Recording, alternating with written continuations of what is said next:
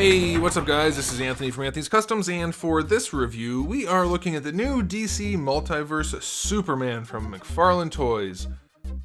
It's not plain Superman though, it's Superman in his unchained armor. You wouldn't know that from the printing. I don't know why they aren't putting names on the packages. I thought it was because Batman had the word hell in it, but unchained is not a bad word to put on a store shelf, so I don't know what they're doing with the printing. It's kind of indicative of what they're doing with the line, in that they're not really trying and don't really care. This one, however, looks freaking cool.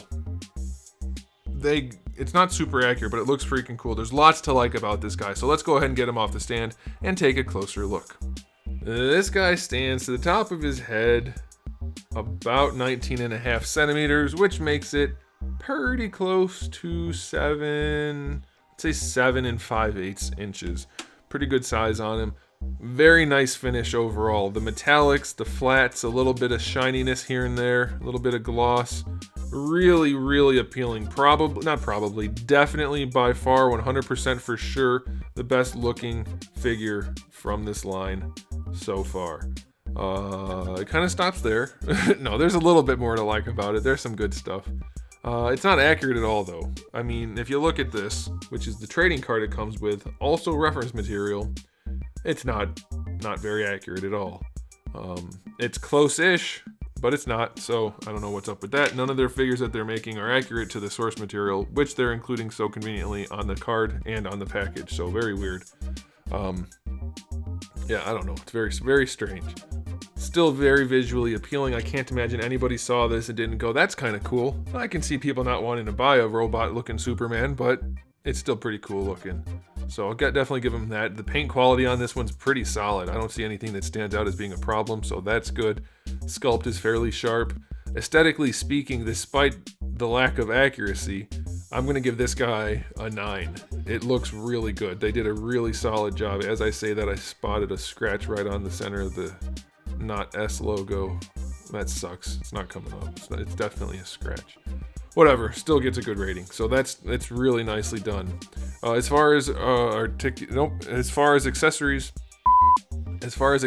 go, we get virtually none. We get this lovely trading card, which I already showed you. Mine came with the corner already smashed. And then we also get the lousy little DC stand, which is not big enough for the big figures. So accessory-wise, 0 out of 10. Garbage paper thing and stand that doesn't work.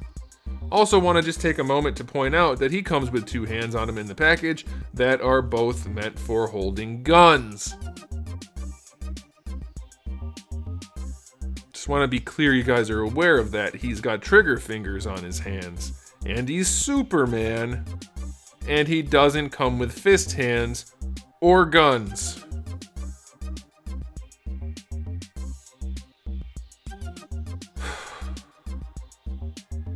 Also want to point out this piece right here and this piece right here. This one sticks out, this one doesn't. They don't move, they're connected to the figure. Why are they not the same? I don't know. Okay, let's talk about the articulation before I find something else to not like about this figure. The head moves around all kinds of crazy. I like that. That's pretty good. That's nice. These guys are permanently in place. The arms are connected on the ball peg system again that's supposed to flex around, but it can't. This side can't either. The caps are apparently stuck in place. It feels like they're supposed to move, but I can't get them to move. Does it really matter? Not so much. You can still raise the arm up horizontal, rotate it pretty much all the way around except for where this part is, so that's fine. Bicep swivel is fine. This red part moves with the bicep, so that looks really cool. Works nicely. I like it. Single jointed elbows again, because this is 1995. They're okay, a little bit less than 90 degrees. Not the best looking, but they're not terrible. Giant ball hinge wrists work nicely, so that when you pose him holding his guns, you can get a nice sight picture behind him. That's pretty good. Diaphragm joint on this guy. Upper one is pretty floppy, doesn't lean forward or back very well, or side to side very well. It will rotate. Lower one does lean much better, and that's okay. We'll get to these things in a minute. The hips go all the way out to the side. It's amazing how every figure in this line can do the perfect splits. They're garbage figures mostly, but they can do the splits, whereas Hasbro's over there and they can't do like even 45. Very weird. Very gappy crotch. You can pretty much see what he had for lunch. But you can bring the legs out to the side all the way going forward. It's not so bad going forward, but they do kick out to the side a little bit, so be aware of that. You do get a thigh swivel. It's not at the armor where you would expect it to be. It's just on that joint on the inside, so it's very limited. Double jointed knee works okay. It's not great, but it's probably good enough for a bulky guy like this. I don't know what's going on in that knee, why it's all white and dirty looking. And then for the ankles, you have a ball hinge, but this is hard, and you can't really move the ankles at all. Like, there's a little bit of room, obviously, but not very much. It's pretty much worthless, and you get a giant, terrible toe hinge.